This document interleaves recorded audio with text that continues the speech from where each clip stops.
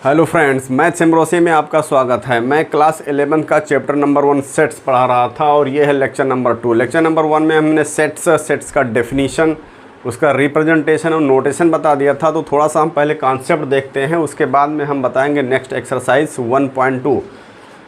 तो यहाँ पर जो है हमने आपको सेट्स के डेफिनेशन के बारे में बताया था। अब यहाँ है टाइप्स ऑफ सेट्स। तो टाइप्स ऑफ सेट में पहला टाइप है एम्प्टी सेट और नल सेट और वाइड सेट, जिसको हिंदी में रिक्त समुच्चय कहते हैं। तो इसका डेफिनेशन होता है a set is said to be an empty set if it has no element it is divided by 5। Empty set हम तब कहते हैं जब उस सेट में कोई भी एलिमेंट ना हो। मीन्स हमने करली ब्रैकेट बनाया यहाँ पर और इसके अंदर कोई एलिमेंट नहीं रखा, तो ये एम्प्टी सेट माना जाएगा और इसको 5 से डिनोट करते हैं। इट मीन्स ये 5 इज इक्वल टू हो जाएगा एम्प्टी सेट। मीन्स सिर्फ करली ब्रैकेट बनाकर छोड़ देंगे, इसमें पॉइंट भी नहीं रखेंगे, कोई एलिमेंट नहीं लिखेंगे, तो ये हमारा एम्प्टी सेट हो जाएगा।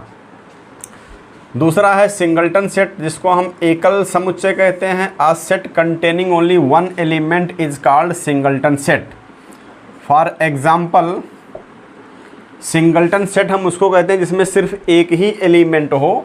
मीन्स अगर हमने करली ब्रैकेट में सिर्फ एक एलिमेंट को लिख दिया, 0 को लिख दिया, तो 0 इसका एक एलिमेंट हो गया। या करली ब्रैकेट के अंदर हमने 5 को लिख दिया तो 5 इसका एक एलिमेंट हो गया। करली ब्रैकेट के अंदर हमने 6 को लिख दिया तो 6 इसका एक एलिमेंट हो गया। मीन्स सिंगल एलिमेंट होना चाहिए। अगर सिर्फ 5 लिखेंगे तो ये नल सेट माना जाएगा, लेकिन 5 को इस ब्रैकेट के अंदर करेंगे तो 5 एज अ एलिमेंट ट्रीट करेगा, तो ये सिंगलटन सेट माना जाएगा।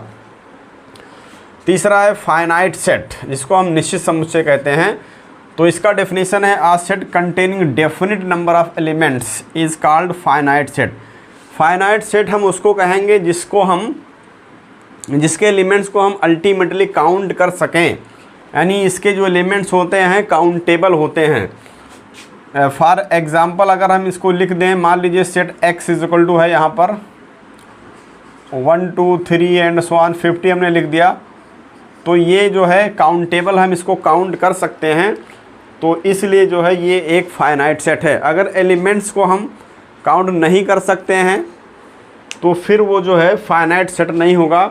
मीन्स फाइनाइट तभी होगा जब हम उसके एलिमेंट को काउंट कर सकें, भले ही हमको काउंट करने में 2-3 साल लग जाए, सैकड़ों साल लग जाए, लेकिन अगर वो काउंटेबल है तभी वो फाइनाइट सेट होगा। अगर वो काउंटेबल नहीं है तो वो फाइनाइट सेट नहीं होगा।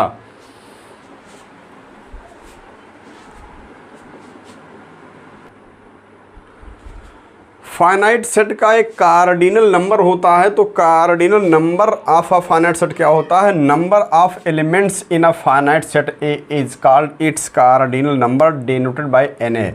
मीन्स अगर ए कोई सेट है और इस सेट में A, E, I, O, U 5 elements हैं, तो जितने एलिमेंट्स होते हैं उस सेट का कार्डिनल नंबर उतना ही होता है। तो यहाँ पर Na इज इक्वल टू 5 लिखा जाएगा। Na इज इक्वल टू यहाँ पर 5 लिखा जाएगा।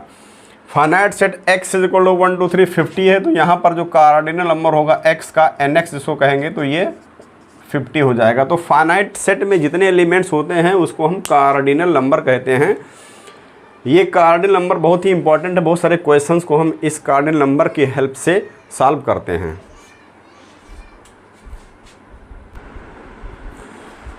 तो टाइप नंबर 4 देखिए, इनफाइनाइट सेट, जिसको हम अनंत या अनिश्चित समुच्चय कहते हैं। डेफिनेशन है a set containing indefinite number of elements is called infinite set. या फिर इसको इस तरह डिफाइन कर सकते हैं, a set which is not finite is called infinite set. तो इनफाइनाइट सेट्स के एलिमेंट्स को हम काउंट नहीं कर सकते हैं।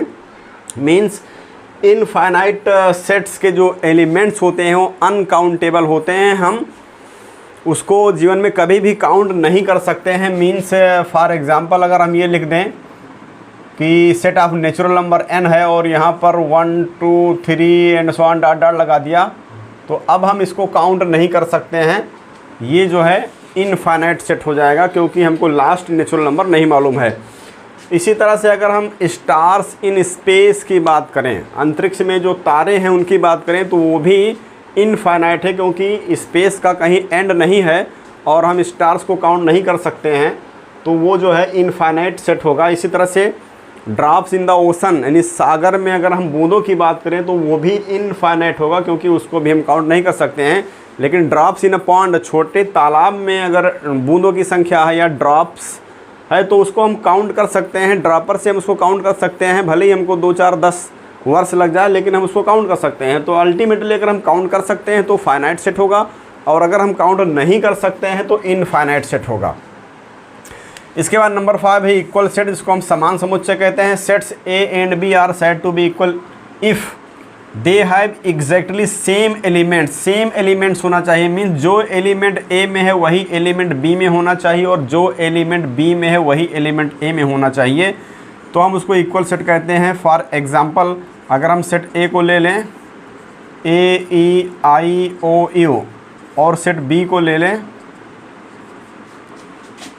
ई ओ यू आई ए, यहाँ हमने एलिमेंट्स के ऑर्डर को चेंज कर दिया है। तो सेट्स में ऑर्डर चेंज करने से सेट का वैल्यू चेंज नहीं होता है, तो इसलिए जो एलिमेंट इसमें है वही एलिमेंट इसमें है, सेम है, एग्जैक्ट सेम एलिमेंट है। तो हम यहाँ पर लिख सकते हैं कि यहाँ पर ए और बी जो है इक्वल सेट है, और इसको लिखते हैं ए इक्वल बी। तो इक्वल तभी होंगे जब ए के सारे एलिमेंट बी में हो और बी के सारे एलिमेंट ए में हों। नेक्स्ट है 6 नंबर इक्विवेलेंट सेट, जिसको हम तुल्य समुच्चय कहते हैं। Two finite sets A and B are said to be equivalent if both have same number of elements. अब यहाँ पर एग्जांपल देखिए, अगर ए एक सेट है और इसमें 2 एलिमेंट हैं, 3 एलिमेंट मान लेते हैं, 1 2 3 3 एलिमेंट है, और बी दूसरा सेट है, इसमें एक्स वाई जेड है, इसमें भी 3 ही एलिमेंट है। तो यहाँ पर जो एलिमेंट दिख रहा है इस सेट के अंदर वो तो डिफरेंट है, लेकिन नंबर ऑफ़ एलिमेंट यहाँ पर सेम है। तो नंबर ऑफ़ एलिमेंट्स अगर सेम है तो हम इसको जो है इक्विवेलेंट सेट कहते हैं। Means cardinal number of A is equal to cardinal number of B. A का जो कार्डिनल नंबर है बी के कार्डिनल नंबर के अगर इक्वल है, मीन्स नंबर ऑफ़ एलिमेंट्स दोनों सेट के सेम हैं, तो हम जो है इसको इक्विवेलेंट सेट कहते हैं और लिखते हैं ए वेब बी, इसको हम ए इक्विवेलेंट बी लिखते हैं। और यहाँ पर जब सेम एलिमेंट होते हैं तो यहाँ पर ए इक्वल बी लिखा जाता है। तो इस तरह से आप समझ सकते हैं कि जो इक्वल सेट होता है वो इक्विवेलेंट होता है, लेकिन इक्विवेलेंट सेट जो है इक्वल नहीं होता है।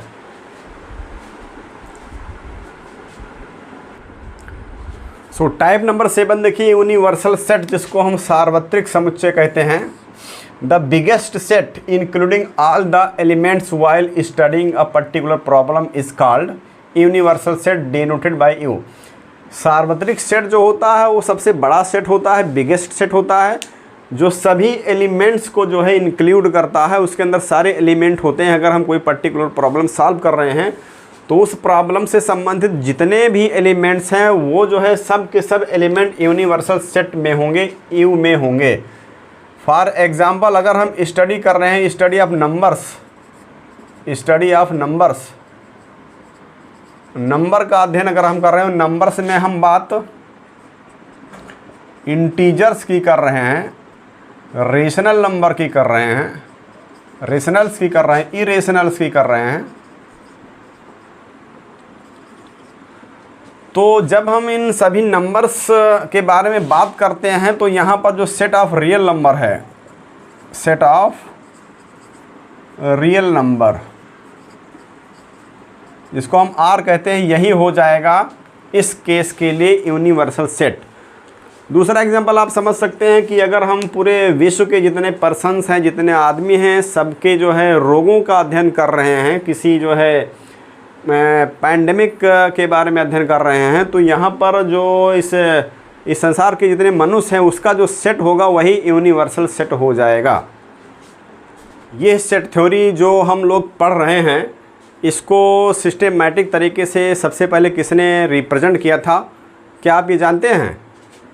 तो ये सेट थ्योरी को सबसे पहले जिसने रिप्रेजेंट किया था वो एक जर्मन मैथमेटिशियन थे जिनका नाम है George canter, GEORG, George canter. तो सबसे पहले जर्मन मैथमेटिशियन जॉर्ज कैंटर ने ही सेट थ्योरी के बारे में बताया था और इसीलिए जॉर्ज कैंटर को सेट थ्योरी का जनक कहते हैं, फादर ऑफ सेट थ्योरी कहते हैं। तो father of set theory is George canter, इस बात को याद रखिए। सो अब आप देखिए NCERT लेटेस्ट बुक का जो लेटेस्ट सिलेबस है उसके अकॉर्डिंग एक्सरसाइज 1.2 है। क्वेश्चन नंबर 1 है which of the following are examples of the null set. अब इसमें बताना कि कौन सा नल सेट है। Set of odd natural numbers divisible by 2। तो यहाँ पर odd natural numbers 1, 2, 1, 3, 5 and so on होते हैं और डिविजिबल बाय 2 इसमें से कुछ नहीं है, कोई भी 2 से डिविजिबल नहीं है। तो इसका सेट जो बनेगा इसमें कोई भी एलिमेंट नहीं आ पाएगा। तो कोई एलिमेंट नहीं आ पाएगा, इट मीन्स ये जो है नल सेट है। तो ये आपका जो फर्स्ट है ये नल सेट हो गया। सेकंड है set of even prime numbers. तो इवन प्राइम नंबर्स जो होता है, जैसे 2 है तो 2 जो है इवन प्राइम नंबर है, 2 इवन प्राइम नंबर है। अब इस सेट में एक एलिमेंट आ गया, तो एक एलिमेंट आ गया तो ये नल सेट नहीं है। तो ये जो सेट है हमारा फर्स्ट वाला, ये तो नल सेट है, ये नल सेट है, लेकिन ये नल सेट नहीं है। फिर थर्ड है x such that x is natural number, x less than 5 and x greater than 7। तो 5 से लेस हो और 7 से ग्रेटर हो ऐसा कोई नंबर है। तो यहाँ पर 5 से लेस हो, इधर 5 आएगा, इधर 7 आएगा नंबर लाइन पर। तो 5 से लेस हो और 7 से ग्रेटर हो ऐसा कोई नंबर है ही नहीं जो 5 से लेस हो और 7 से ग्रेटर हो, तो ये भी नल सेट हो जाएगा। और फोर्थ है Y such that Y is a point common to any 2 parallel lines. अब 2 पैरेलल लाइन्स हैं अगर, तो 2 पैरेलल लाइन्स में कोई भी पॉइंट कॉमन नहीं होता है, 2 पैरेलल लाइन्स में कोई भी कॉमन पॉइंट नहीं होता है। तो यहाँ पर भी इस सेट में भी कोई एलिमेंट नहीं आ पाएगा। तो ये भी आपका नल सेट है और ये भी आपका नल सेट है। तो ये चौथा नल सेट है, तीसरा भी नल सेट है, पहला भी नल सेट है और ये जो है आपका सिंगलटन सेट है, ये नल सेट नहीं है।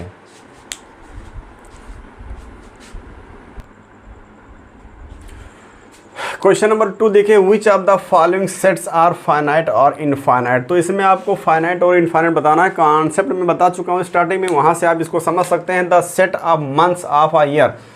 तो हमको मालूम है कि 1 ईयर में 12 मंथ्स होते हैं जो कि काउंटेबल है, इसलिए ये फाइनाइट हो जाएगा। यहाँ पर देखो 1, 2, 3 एंड सो ऑन, अब डॉट डॉट लगा करके हमने छोड़ दिया, अब कहाँ तक जाएगा कुछ पता नहीं है, तो ये इनफाइनाइट हो जाएगा, इनफाइनाइट। 1, 2, 3, 99, 100 ये काउंटेबल है कि इसमें 100 एलिमेंट्स हैं, तो ये फाइनाइट हो जाएगा। फोर्थ है the set of positive integers greater than 100। तो यहाँ पर ग्रेटर देन 100 पॉजिटिव इंटीजर्स बनाएंगे, 100, 100, 0, 1, 0, 1 हो जाएगा, फिर 102 हो जाएगा, 103 हो जाएगा and so on up to infinity तक जाएगा। लास्ट एलिमेंट हमको नहीं मालूम इसलिए अनकाउंटेबल है, तो ये भी जो है इनफाइनाइट हो जाएगा। ये सेट जो है वो इनफाइनाइट है, इनफाइनाइट सेट है। The set of prime numbers less than 99। तो यहाँ पर हमको 1 से लेकर के 99 तक, 1 से लेकर के 99 तक जो प्राइम नंबर्स है उसको फाइंड आउट करना है। तो पहला प्राइम नंबर 2 है, 3 है, फिर जो है इसके बाद में 5 आएगा, 7 आएगा और लास्ट में अगर हम देखें 99, तो ये जो है 97 लास्ट में हमको प्राइम नंबर मिल जाएगा। और इस तरह से हम देख रहे हैं कि ये जो है इसका एंड पॉइंट मालूम है, स्टार्टिंग पॉइंट मालूम है। तो यहाँ पर ये जो है काउंटेबल है क्योंकि सारे एलिमेंट कामा से सेपरेटेड हैं। तो यहाँ पर ये भी जो है फाइनाइट सेट है, ये भी एक फाइनाइट सेट है क्योंकि इसके एलिमेंट्स को हम अल्टीमेटली काउंट कर सकते हैं, तो ये फाइनाइट सेट है। यहाँ पर प्राइम नंबर्स की बात की जा रही है, तो जब नंबर्स की बात करेगा तो नेचुरल नंबर से ही समझा जाएगा, और अगर यहाँ इंटीजर्स लिखा होता तो नेगेटिव नंबर भी आ जाते और तब वो फाइनाइट नहीं होता।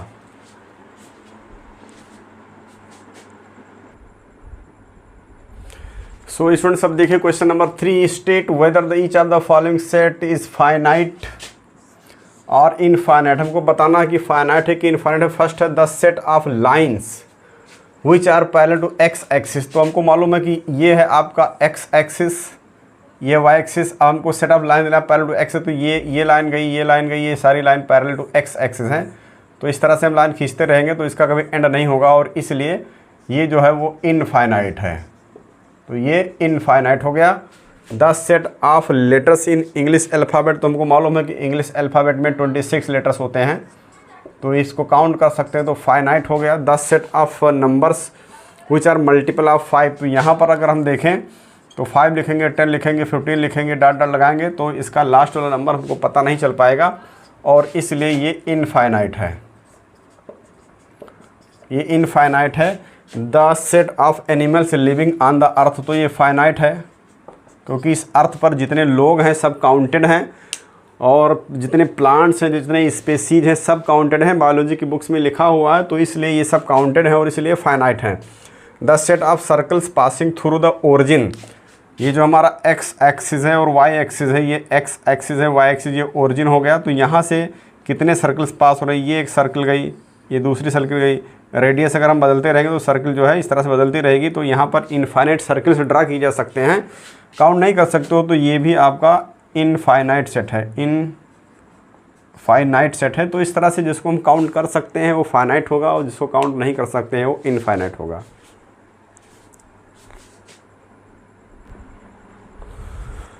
तो आइए अब देखते हैं question number 4। In the following state whether A is equal to B और नॉट। तो यहाँ पर हमको बताना है ए और बी इक्वल है कि नहीं है। तो यहाँ पर देखिए सेट ए में ए बी सी डी है और बी में डी सी बी है। तो यहाँ ऑर्डर चेंज हुआ, ऑर्डर चेंज होने से सेट का वैल्यू चेंज नहीं होता, और इसलिए यहाँ पर ए इज इक्वल टू बी है। तो यहाँ पर देखिए ए 4 8 12 16 है और यहाँ 8 4 16 18 है। देखिए यहाँ पर 18 नहीं दिख रहा है और यहाँ पर 18 दिख रहा है। तो इसका हर एक एलिमेंट अगर इसमें और इसका एलिमेंट इसमें तभी इक्वल होता है। तो ये दोनों इक्वल नहीं हैं, ए नॉट इक्वल टू बी, क्योंकि यहाँ 18 है, यहाँ 18 नहीं है। 8 2 4 6 8 10 यहाँ पर दिख रहा है और यहाँ x such that x is positive even integer and x less than equal to 10। तो अगर हम x is positive even integer की बात करें, यहाँ पर पॉजिटिव है, इवन इंटीजर है, तो पहला पॉजिटिव इवन इंटीजर 2 हुआ, फिर 4 हुआ, फिर 6 हुआ, फिर 8 हुआ और 10 के इक्वल तो 10 हो गया। तो अगर हम इसको रोस्टर फॉर्म में लिखें, ये जो है प्रॉपर्टी फॉर्म में लिखा और रोस्टर फॉर्म में लिखेंगे तो 2 4 6 8 10 आएगा, और यहाँ पर भी 2 4 6 8 10 लिखा हुआ है। तो इस केस में भी a is equal to B है, यानी यहाँ पर भी ये दोनों इक्वल सेट हैं। फोर्थ में है x such that x is multiple of 10। तो x इज मल्टीपल ऑफ 10 जो प्रॉपर्टी फॉर्म में लिखा, अगर रोस्टर फॉर्म में इसको हम लिखेंगे तो ये a का वैल्यू जो निकल करके आएगा 10 का मल्टीपल है, तो 10 है, 20 है, 30 है, ये सारे एलिमेंट आएंगे। और यहाँ पर b में 10 15 20 25 30 लिखा हुआ। तो यहाँ पर देखिए, यहाँ पर जो है 10 20 30 तो मिल रहा है, लेकिन यहाँ 15 25 इन दोनों में मैच नहीं कर रहा, और इसलिए यहाँ पर जो है a is equal to b नहीं है। तो यहाँ पर a इक्वल b है, यहाँ a नॉट इक्वल b है, यहाँ पर a इक्वल b है और यहाँ a नॉट इक्वल b है।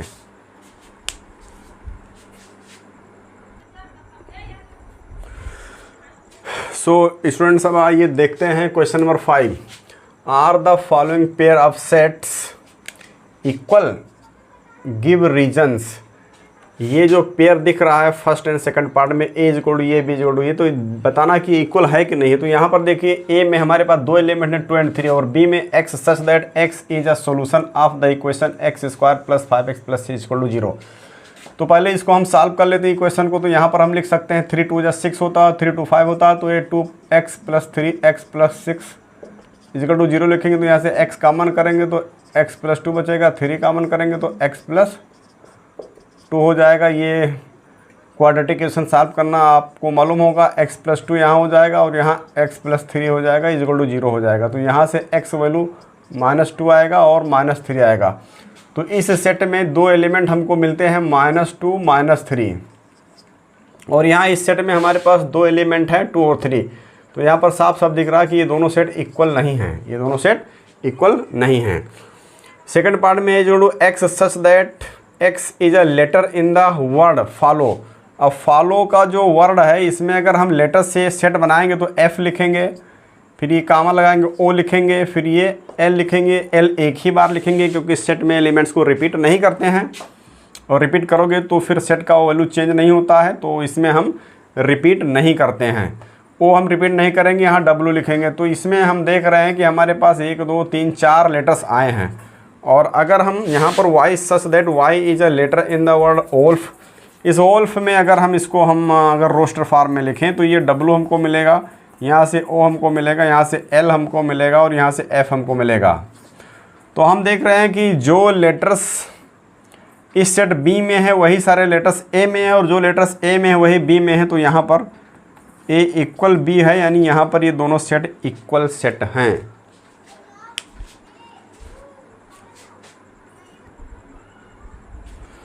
सो देखिए question number 6, from the set given below select equal sets.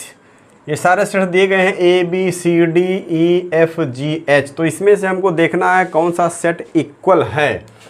तो हम यहाँ देख रहे हैं 2 4 8 12 लिखा हुआ, 1 2 3 4 लिखा है, 4 8 12 14 लिखा हुआ है, 3 1 4 2 लिखा हुआ, -1 1 0 A 1 -1 H जो लिखा है 0 1 लिखा हुआ, 2 4 8 12 ये दिख रहा है, और यहाँ पर क्या लिखा हुआ 4 8 12 14। तो यहाँ पर ये दोनों इक्वल नहीं है क्योंकि यहाँ पर 14 है या 14 नहीं है।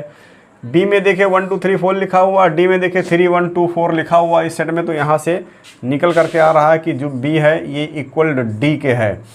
यहाँ देखिए ई में -1 1 है और जी में 1 -1 है, तो ऑर्डर चेंज करने से सेट चेंज नहीं होता। तो यहाँ से ई इक्वल टू जी, तो यही हमारा आंसर हो जाएगा।